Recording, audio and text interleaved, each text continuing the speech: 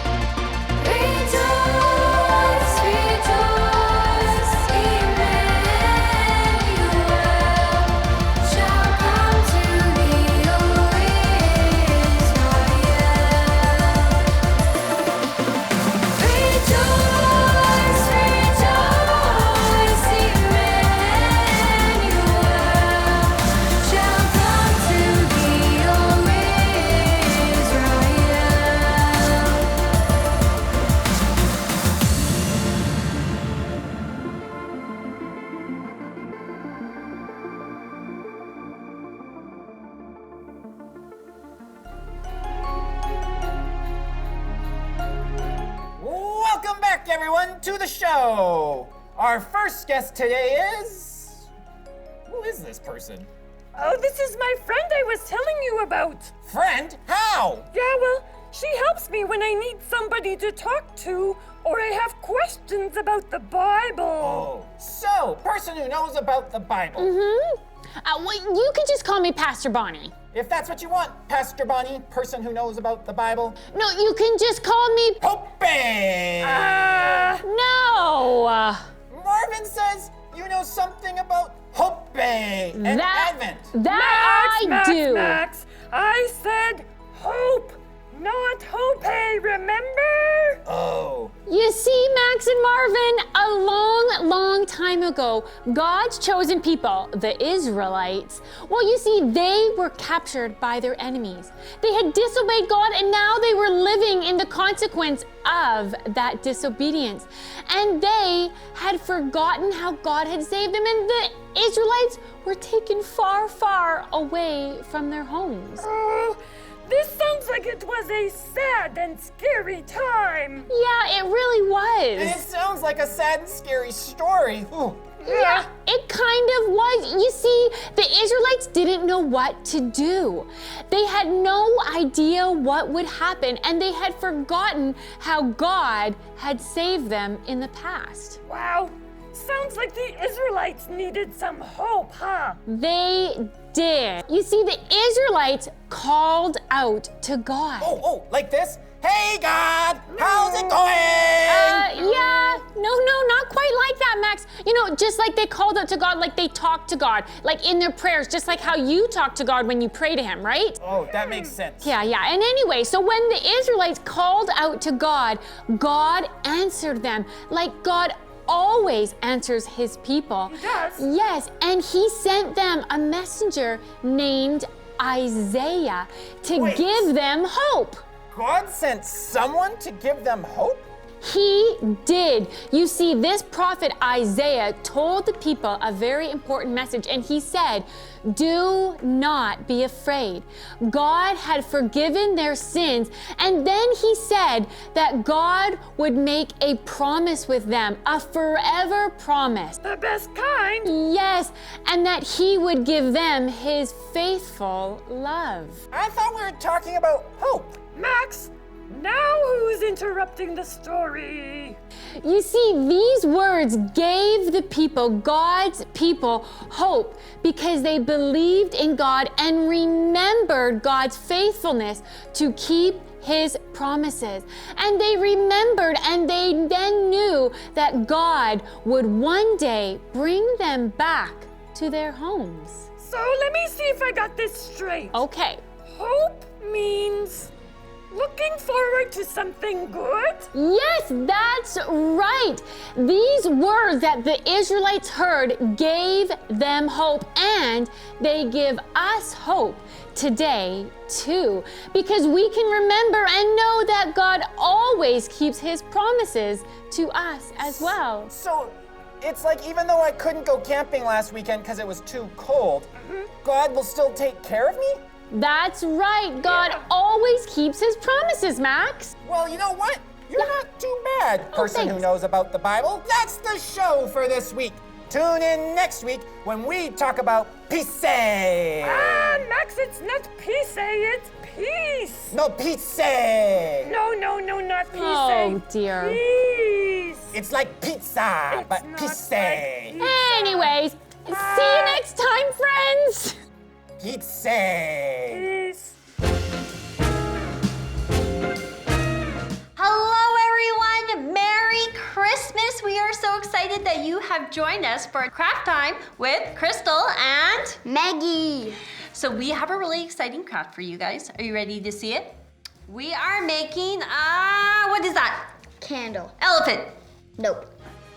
No. I guess it could be a candle. We're gonna make a candle. Do you know why?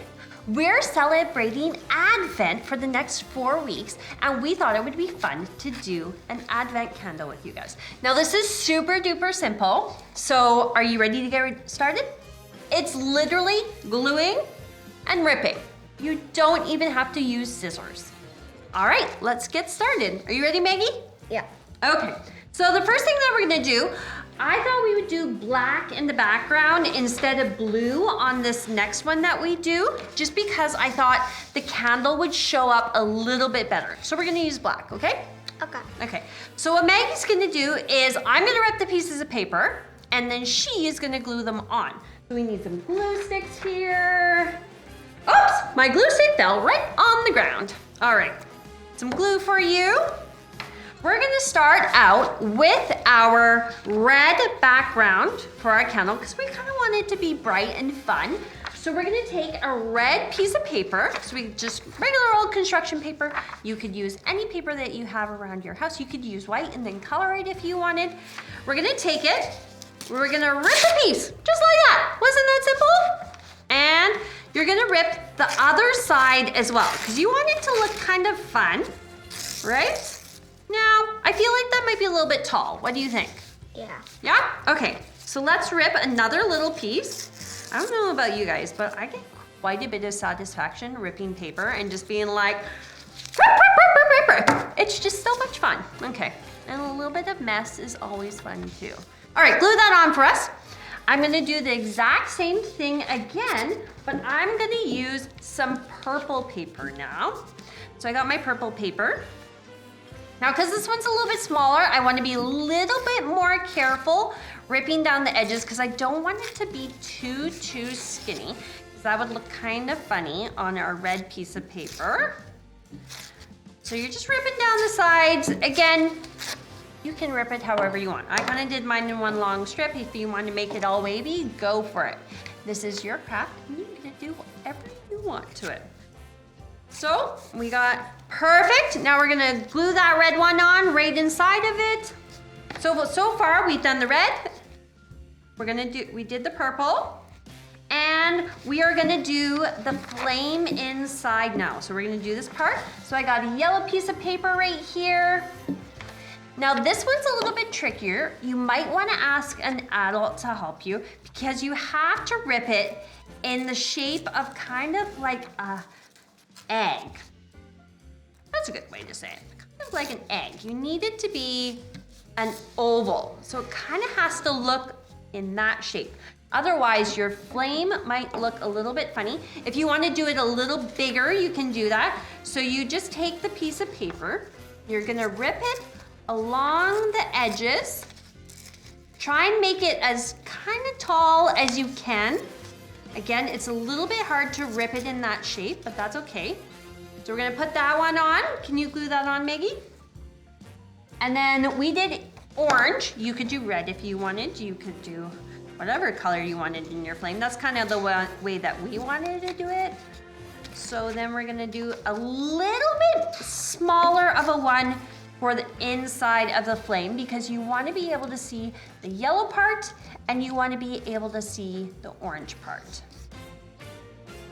Perfect, that looks amazing. Excellent. We're gonna put the orange one on the inside.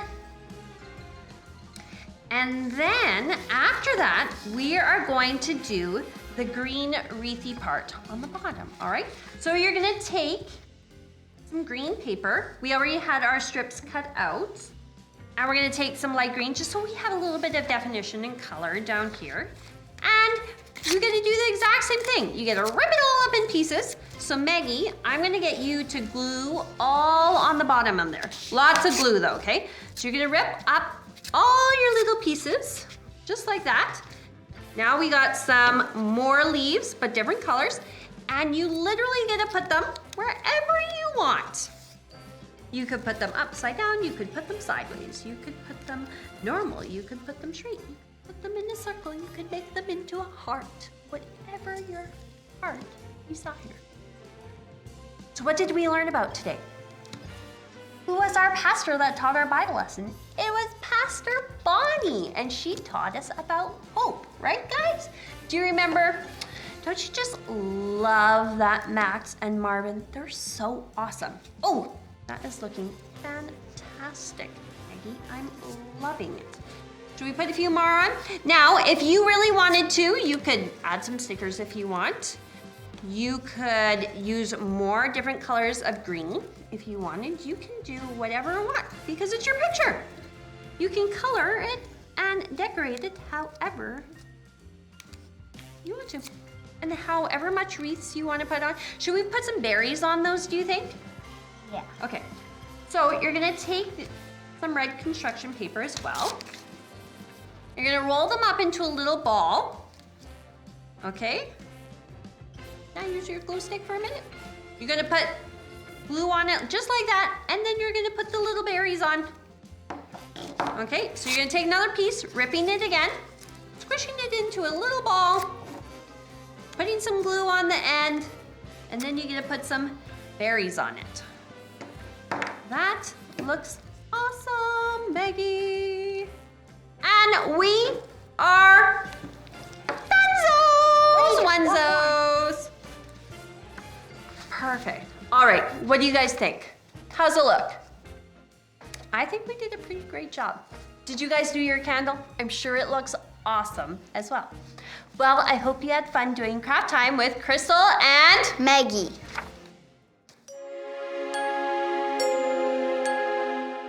Hey friends, it's time for our special Advent series memory verse. It comes from Isaiah 9 verse 6. The words will show up on the screen and I will do the actions. So why don't you stand up on your feet and do it with me. Here we go. A child will be born to us. A son will be given to us. He will rule over us and he will be called Wonderful Advisor and Mighty God.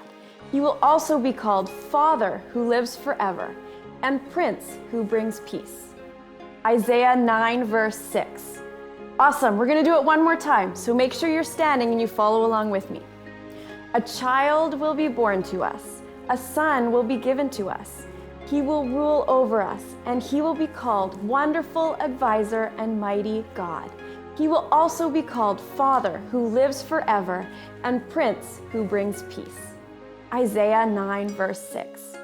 Awesome, we'll see you next time. Bye guys!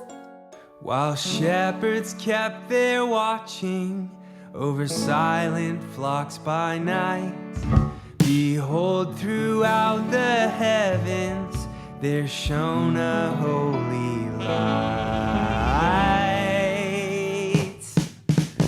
Go tell it on the mountain, over the hills and everywhere. Go tell it on the mountain that Jesus Christ is born. The shepherds feared and trembled when lo, above the earth rang out the angel chorus.